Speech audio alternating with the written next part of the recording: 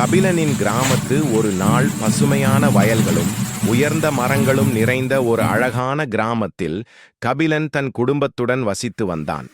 அவனது வாழ்க்கை இயற்கையோடு இணைந்ததாகவும் உறவுகளால் சூழப்பட்டதாகவும் இருந்தது.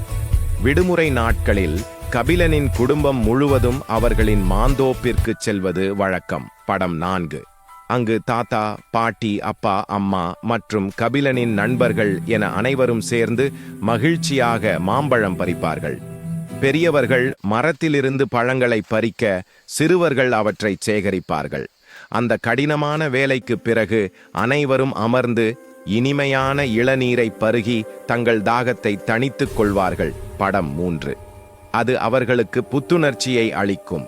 மாலை வேளை வந்ததும் கிராமமே சிறுவர்களின் விளையாட்டுச் சத்தத்தால் நிரம்பிவிடும்.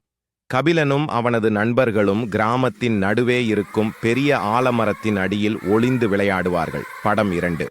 சில சமயங்களில் சிறுமிகள் வரிசையாக நின்று உடற்பயிற்சிகளை செய்வார்கள். படம் 5. இன்னும் சிலர் கிராமத்து மண் சாலைகளில் மிதிவண்டி ஓட்டுவதிலும் டயர் வண்டி ஓட்டுவதிலும் ஆனந்தம் காண்பார்கள்.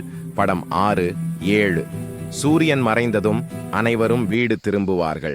இரவு நேரத்தில் கபிலனின் குடும்பத்தினர் அனைவரும் ஒன்றாக தரையில் அமர்ந்து அம்மா அன்போடு பரிமாறும் உணவை மகிழ்ச்சியாக உண்டு மகிழ்வார்கள். படம் 1. இரவு உணவிற்கு பிறகு பாட்டி கதை சொல்ல கபிலனும் அவனது தங்கையும் ஆர்வமாக கேட்பார்கள்.